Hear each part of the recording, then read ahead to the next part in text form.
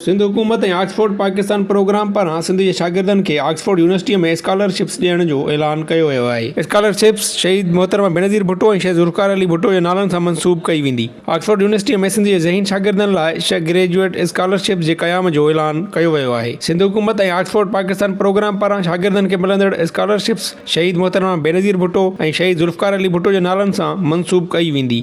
Oxford university जो ऐलान PP chairman Bilawal Bhutto Zardari ऐं वॾे वज़ीर सैयद मुराद अली शाह जी मौजूदगीअ में कयो। प्रोग्राम पीपल्स पार्टी जे सालियाने ग्रेजुएट स्कॉलरशिप प्रोग्राम जो हिस्सो हूंदो। गुज़िरियल साल ओपीपी सिंध जे 2 ऐं बलोचिस्तान जे 1 शागिर्द खे स्कॉलरशिप फराहम कई वई। हर साल 6 शागिर्दनि खे ऑक्सफोर्ड जी लेडी मार्गरेट हॉल में पढ़ण लाइ माली इमदाद फराहम कई वेंदी। उन मौक़े ते बिलावल भुट्टो ज़रदारी जो चवणु हो त ओपीपी घटि वसीला रखंदड़नि लाइ दर खोले पियो ऐं ज़हीन शागिर्दनि लाइ मौक़ा पैदा करे रहियो आहे। हुन चयो त सिंध ऐं बलोचिस्तान हुकूमत ओपीपी सां स्कॉलरशिप प्रोग्राम शुरू कया। उन मौक़े ते वॾे वज़ीर सैयद मुराद अली शाह जो चवणु हो त हीअ स्कॉलरशिप सिंध जे शागिर्दनि खे दुनिया जे बहितरीन तालीमी इदारे में पढ़ण जो मौक़ो फराहम कंदी। हुन चयो त स्कॉलर्स वापसि अची पंहिंजे इल्म ऐं महारत सां पंहिंजी कम्यूनिटी खे तरक़ी ॾियण में मदद फराहम कंदा। तक़रीब जी मेज़बानी लेडी मार्गरेट हॉल जी प्रिंसिपल प्रोफेसर स्टीफन बेल्थ कई।